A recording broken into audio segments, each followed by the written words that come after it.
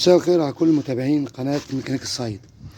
النهاردة حبيت أوضح معلومة على السريع، معلومة بخصوص العربيات الشاهين. تمام. العربية دي جاتني فيها تخبيط. الأول قبل ما تجيني بالوضع ده بالسلبة، الأول قال لي هو فيها تخبيط جامد، فيها تخبيط جامد. تمام. التخبيط ده اتاري الفلنشة بتاعة الكردان راحت خالص، باظت خالص. فاصفر عن ان الجزء بتاع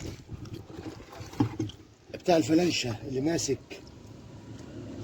في الكردان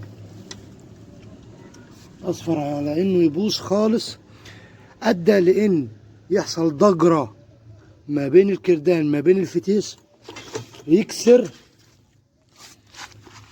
يقطم ديل الفتيس زي ما حضراتكم شايفين. ديل الفتيس مقطومة،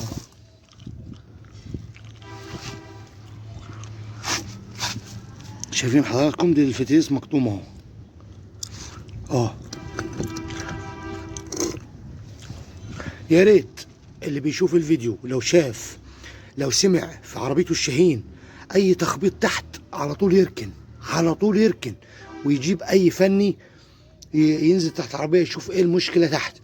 لان الفلانشة لو عندك اتقطعت وخلت الكردان ضجر ما بين جسم العربية ما بين الفتيس، هيحصل نفس الوضع ده، ان يتقطم الديل بتاع الفتيس، وتعوز تحل الفتيس وتغير الديل ده.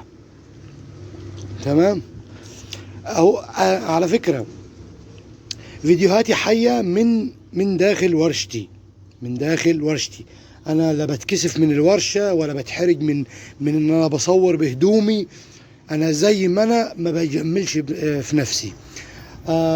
عايز اعود المتابعين بتوعي ان انا بكامل هيئتي، مش لابس ماسك، ما بجملش في فيديوهاتي.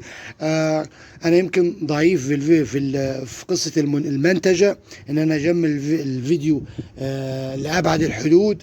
لا، انا من واقع شغلي بحاول قدر الامكان اخدمك انت كمتابع ليا، اخدمك انت من اي مشكلة تحصل معاك في العربية بتاعتك. تمام. انا زي ما انا عجبتك ابقى من متابعيني، وده شيء يشرفني وعلى راسي من فوق. ما عجبتكش يبقى الله يسهل لك الحال.